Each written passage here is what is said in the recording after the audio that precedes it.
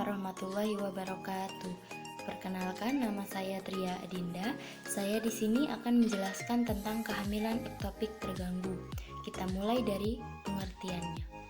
Pengertian dari kehamilan ektopik terganggu adalah kehamilan yang hasil konsepsinya berimplantasi di luar endometrium dan biasa disebut kehamilan di luar kandungan. Kenapa disebut kehamilan di luar kandungan? Begini penjelasannya. Jadi, jika kehamilan normal, hasil konsepsinya berimplantasi di dalam endometrium atau uterus.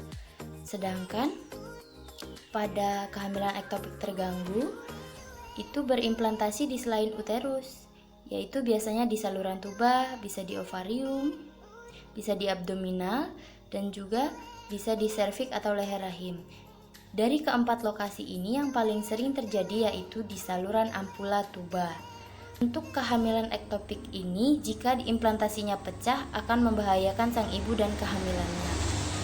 Baiklah, setelah itu kita akan membahas tentang etiologi atau penyebab kehamilan ektopik terganggu. Sebenarnya, etiologi kehamilan ektopik terganggu itu tidak diketahui secara pasti, tetapi menurut buku Junningham ada 3 faktor, yaitu faktor mekanis, faktor fisiologis, dan faktor lain. Yang pertama kita akan membahas tentang faktor mekanis. Jadi faktor mekanis ini cara kerjanya mencegah atau menghambat ovum menuju ke kavum uteri, sehingga ovum ini berhenti di sekitar tuba dan berimplantasi. Faktor-faktor mekanisnya antara lain infeksi saluran telur, riwayat KET sebelumnya, adanya tumor dan endometriosis. Yang kedua yaitu faktor fisiologis. Jadi faktor fisiologis ini cara kegunaannya yaitu memperlambat perjalanan ovum menuju kavum uteri, sehingga ovum tersebut kekurangan waktu untuk mencapai kavum uteri dan berimplantasi di sekitar saluran tuba. Faktor-faktor fisiologisnya yaitu migrasi internal dan eksternal ovum, perubahan mobilitas tuba, dan wanita yang hanya memiliki satu ovarium. Yang ketiga yaitu faktor lain dari kehamilan ektopik terganggu.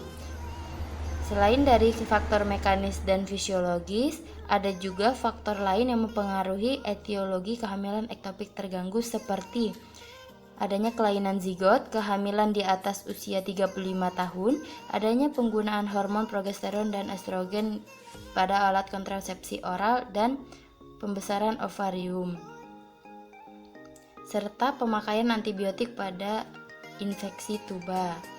Setelah itu, saya akan menjelaskan tentang tanda gejala pada kehamilan ektopik terganggu. Tanda gejala dari kehamilan ektopik terganggu ini sebenarnya susah didiagnosa.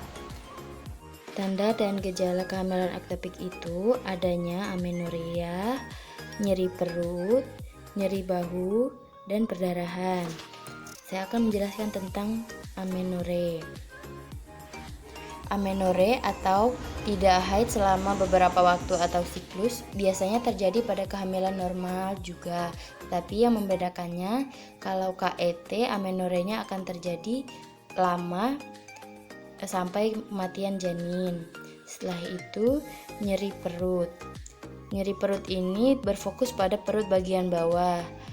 Hal ini terjadi karena adanya peregangan dinding tuba dan ruptur tuba.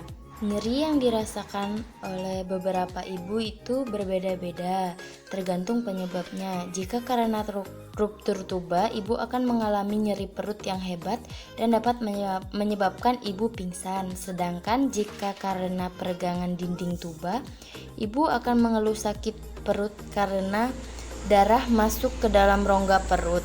Kemudian, rasa nyeri juga terjadi pada kavum Douglas. Yang ketiga, yaitu nyeri pada bahu. Terjadi karena perdarahan di rongga perut yang merangsang diafragma untuk menimbulkan rasa nyeri ke bahu. Jika darahnya menggumpal, maka akan menjalar ke punggung, bahkan bisa ke seluruh tubuh. Selain itu juga terdapat perdarahan. Perdarahan yang dialami ibu disebabkan karena kematian janin, perlepasan dinding rahim terluar, adanya robekan dinding tuba, dan Hal ini dapat diakibatkan dari gangguan pembentukan HCG, biasanya darah yang keluar berwarna coklat kehitaman atau coklat tua. Setelah itu, kita akan membahas tentang diagnosis kehamilan ektopik terganggu. Kehamilan ektopik terganggu ini tidak bisa dilihat secara kasat mata atau terdeteksi. Namun, ciri utamanya, ibu akan merasakan kesakitan, pucat, dan pada pemeriksaan ada tanda-tanda syok, nyeri rongga perut, dan perdarahan. Maka dari itu diperlukan pemeriksaan penunjang seperti tes kehamilan, USG, laparoskopi, pemeriksaan ginekologi, cek laboratorium, dan kuldosintesis atau Douglas fungsi. Yang terakhir yaitu cara pengobatan kehamilan ektopik terganggu. Pasien kehamilan ektopik terganggu bisa dirawat. Jika pasien mengalami syok, maka bisa diberikan cairan infus, NaCl, dan dextrose. Jika semakin memburuk, maka kita dapat merujuknya untuk dilakukan laparotomi oleh dokter obgyn. Setelah itu berikan antibiotik dan antiinflamasi. Baiklah, sekian penjelasan dari saya mengenai kehamilan ektopik terganggu. Semoga bermanfaat. Terima kasih saya ucapkan. Wassalamualaikum warahmatullahi wabarakatuh.